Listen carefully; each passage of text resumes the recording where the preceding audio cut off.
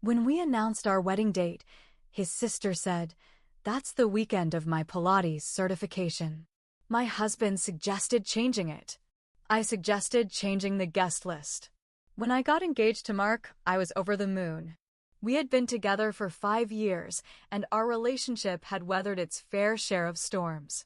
Mark was my rock, my confidant, and my best friend. We decided to set our wedding date for the first weekend of June, giving us ample time to plan and prepare. We were excited to share the news with our families. Mark's parents were thrilled, offering their support and assistance. However, his sister, Amanda, had a different reaction. "That's the weekend of my Pilates certification," she said flatly. I was taken aback. Amanda had always been self-centered, but I didn't expect her to prioritize a certification over her brother's wedding. Mark, ever the peacemaker, suggested, "Maybe we can look at other dates?" I felt a surge of frustration. "Or we can look at the guest list," I replied. The tension between Amanda and me had always been palpable. She had a way of making everything about herself, and Mark often played the mediator. But this was our wedding, our special day, and I wasn't about to let her dictate terms. I sat down with Mark that evening. "I understand you want your sister there, but this is our day. We can't keep accommodating her whims." He nodded. "You're right. Let's stick to our date." We informed Amanda of our decision. She was livid. "I can't believe you'd choose a date that conflicts with my plans," she snapped. "Amanda, it's our wedding. We hope you can make it, but we understand if you can't," Mark said calmly. Amanda's reaction set off a chain of events. She began rallying other family members, painting me as the villain who was tearing the family apart. Some relatives reached out, expressing their disappointment in our decision. I felt isolated and hurt. This was supposed to be a joyful time, but it was marred by drama. I leaned on my friends and my own family for support. Mark stood by me, but I could see the strain it was putting on him. He was caught between his sister and his fiancée. After weeks of tension, I made a decision. I sat down with Mark and said, "I can't have people at our wedding who don't support us. If Amanda and others feel that way, perhaps it's best they don't attend." He looked at me, a mix of relief and sadness in his eyes. "I hate that it's come to this, but I agree." We sent out revised invitations, making it clear that only those who supported our union were welcome. It was a bold move. Our wedding day arrived, and despite the reduced guest list, it was perfect. Surrounded by those who genuinely cared for us, we exchanged vows and celebrated our love. There was no drama, no tension, just joy and love. Mark and I danced, laughed, and basked in the happiness of the moment. Amanda didn't attend, nor did some other family members. But those who mattered were there, and that's all that counted. In the weeks following the wedding, Amanda reached out, expressing her disappointment in being excluded. I replied, "We wanted our wedding to be about love and support. You made it clear you couldn't offer that." It was a hard stance, but necessary. Mark and I focused on building our life together, free from unnecessary drama. Sometimes, setting boundaries is the best form of self-care. Our wedding taught us that. About 2 weeks after the wedding, I got a message from Amanda. It was short. "Hope it was worth it." I stared at my phone for a minute, rereading it. No greeting. No congratulations. Just that. I showed it to Mark. He rubbed his face and didn't say much. I didn't reply. I knew she wanted a reaction, and I wasn't giving it. A few hours later, my friend Claire called. "Hey, I just saw Amanda's Facebook post. You might want to look at it." I opened Facebook. Amanda had shared an old photo of her and Mark as kids, captioned, "Some people forget where they come from." Family used to matter. The comments were worse. A few of her friends chimed in, talking about how brides these days are selfish, how real families don't let outsiders change them. I didn't know any of them, but it hurt anyway. Mark saw it too. He was quiet for a long time before he finally said, "I'm going to talk to her." I told him, "Only if you want to.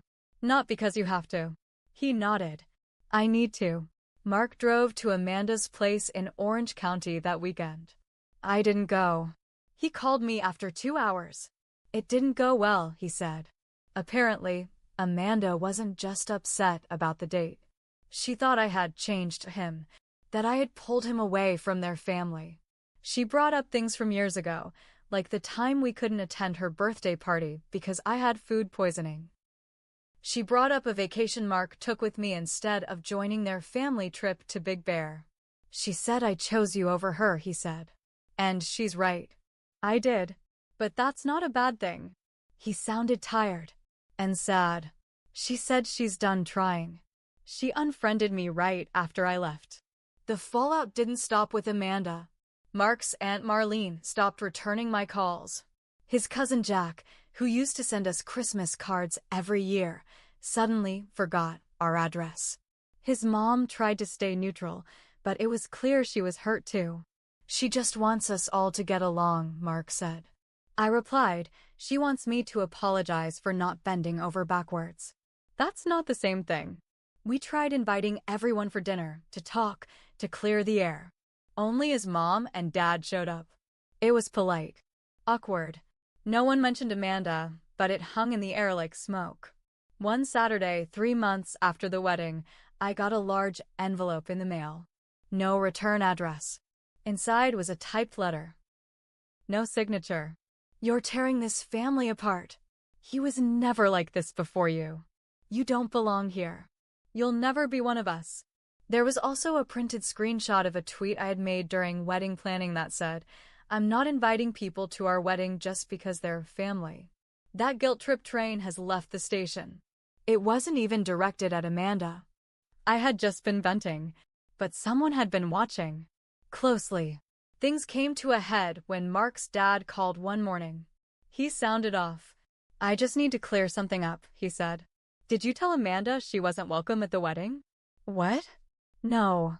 We said we weren't moving the date, and she chose not to come. Well, she told everyone you sent her a message saying she was banned from attending. I almost laughed. Show me the message then. It doesn't exist. Mark's dad was quiet. I figured. Just wanted to hear it from you. It was a full-blown lie. Amanda had told the entire extended family that I personally banned her from the wedding and that I had threatened to have security remove her if she showed up. None of that happened. I'd had enough. I sat down and wrote a long, calm email. I included timelines, screenshots, receipts. I didn't attack Amanda directly. I simply laid out the facts. I sent it to every family member that had distanced themselves. I CC'd Mark. I ended it with this. You don't have to like me. You don't have to agree with every choice we've made. But you should know the truth before you decide who to blame. Some replied. Some didn't. But one thing was clear, Amanda wasn't the only one with a voice anymore. Amanda responded in the most Amanda way possible.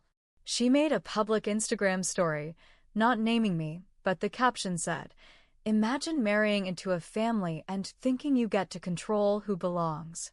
The next slide showed a photo of a broken picture frame. One that had held a childhood photo of her and Mark. Shattered glass everywhere. I didn't even tell Mark. He saw it himself. She's spiraling, he said. I don't think she'll stop. One evening in late fall, Mark and I came home from dinner and saw a car parked across the street. It was Amanda's. She wasn't inside it, though. A few minutes later, our doorbell rang. It wasn't Amanda. It was her boyfriend. A guy we had never officially met. He was holding something wrapped in newspaper. It was the shattered photo frame. She asked me to drop this off, he said. I didn't want to, but she said she'd break up with me if I didn't. I blinked. Okay. I think she needs help, he said quietly. She's not okay. We took the broken frame. Mark thanked him. The guy drove off. We didn't hear from Amanda again for a while after that. But something told me it wasn't over. A month later, I started a new job in downtown Los Angeles. It was a marketing role I'd been wanting for a while. Bigger clients. Better pay. New people. During the first week, I met a senior project manager named Tanya. She was smart, direct, and had that seen everything kind of confidence. We hit it off during lunch one day, and I mentioned I had just gotten married. "Oh yeah," she smiled. "To who?" "His name's Mark. Mark Delaney." Her face dropped for half a second. Just enough to notice. "Wait, does he have a sister named Amanda?" My stomach tightened. "Yes." She laughed, like a sharp exhale. "She used to work here. Last year. Didn't end well." My brain was spinning. What happened? "She was here for 6 months. Got written up twice for unprofessional behavior. Said some pretty personal things about coworkers. Honestly, some people thought she had something going on mentally." Then Tanya leaned in. She told people here her brother was being stolen by a manipulative gold digger. "Is that you?" I just nodded. "Guess so." That night, I told Mark what Tanya said. He wasn't surprised. Just tired. The next day, he decided to log into his old email. The one he hadn't checked in months, the one still tied to old college groups and job applications. There were dozens of unread messages. One of them stood out. It was a forwarded email thread. Amanda had used his email address months earlier, back when they shared the same laptop, to message an old friend of his. She pretended to be Mark. The email said, "Hey man, just wanted to give you a heads up. My wife can be really sensitive, so if you come to the wedding, maybe don't bring up the stuff from Vegas. She gets weird about that." It was fake. Mark never wrote that. He didn't even go to Vegas with that friend. Amanda had tried to make it sound like I was paranoid and jealous. And she had sent this to several people. We confronted her. Not in person, through email. We showed her the message. We asked why she had done it. She replied 2 days later. Just 5 words. "You turned him against me." No apology. No denial. Just those words. That's when Mark finally snapped. He called her. Put her on speaker. I sat next to him. He told her, point blank, "You need help.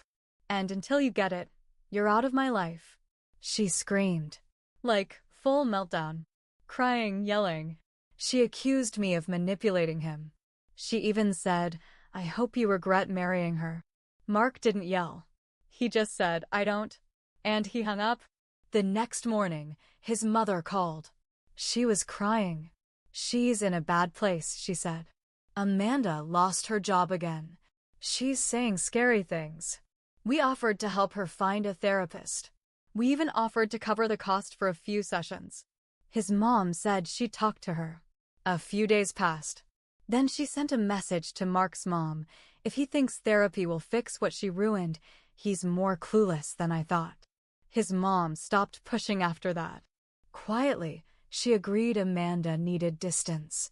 3 weeks later, I got called into HR at my new job. Someone had submitted an anonymous complaint about me. Said I was unstable, hostile, and openly disrespecting company rules. None of it was true. But it rattled me. I knew it was Amanda. It had her style. The wording even matched the fake emails. Tanya confirmed it, said Amanda once did the same to a coworker she didn't like. HR investigated. I was cleared. But it was a new low. She was now trying to ruin my career.